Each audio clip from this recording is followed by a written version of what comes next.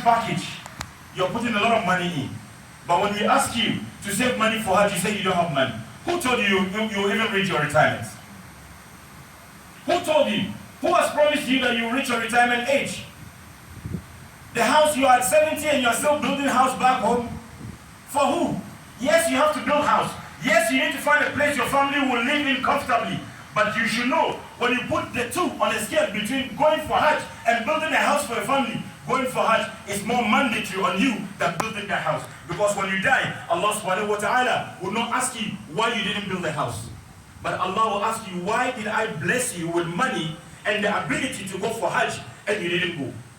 And if you are not able to answer this question or pass this test, we don't need to tell you where you are going on the day of Qiyamah. May Allah subhanahu wa ta'ala guide us against that. A lot of the excuses that we have, sometimes we hear Hajj is a calling. In my local language, they say, Hajj kina Allah. They say Hajj is a calling. If God doesn't call you, you will not go. Salat, that you have come to the masjid to pray is a calling. You could have chosen not to come.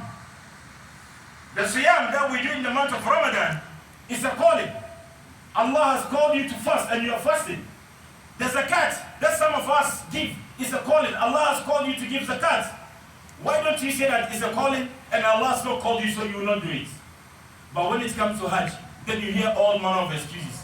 It's not about money, it's about calling. Allah hasn't called me. Subhanallah. Wallahi, the moment Allah has given you the money, the moment Allah has given you the ability to even save towards your Hajj, the moment Allah has given you the health and the peace of mind to go for Hajj, Hajj has become mandatory on you. So that excuse that Hajj is a calling is flimsy. And once you stand on that excuse not to embark on Hajj, you may go on the day of Qiyamah to go and tell Allah why you didn't go for Hajj. The Prophet ﷺ said, whoever wants to deal away with poverty, he asked the Sahaba, should I give you solution to poverty? They said yes. He said, embark on Hajj, Hajj after Hajj, Umrah after Umrah. If you do it sincerely for the sake of Allah, not because you want to stand before the camera and take pictures and send to people. If you do it sincerely for the sake of Allah, with a clean heart, Allah subhanahu wa ta'ala has promised you that you will never lack. Unless maybe the money you went to the Hajj with is not even halal money. Because we are seeing a lot of people in our community, they are engaged in all sort of crooked activities. Yet at the end of the year, he's going on Hajj with people's money. What sort of Hajj is that? The first point is that the money has to be halal. Once you use halal money and do it for the sake of Allah, Allah subhanahu wa ta'ala will ensure that you will never lack.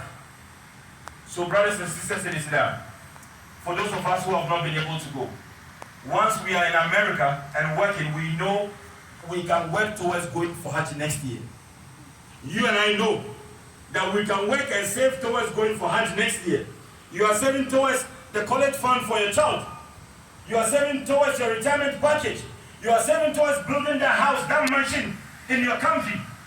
Things that you don't have certainty and guarantee over, you are investing your money and your energy in. But when it comes to matters of Allah, you have all manner of excuses to give.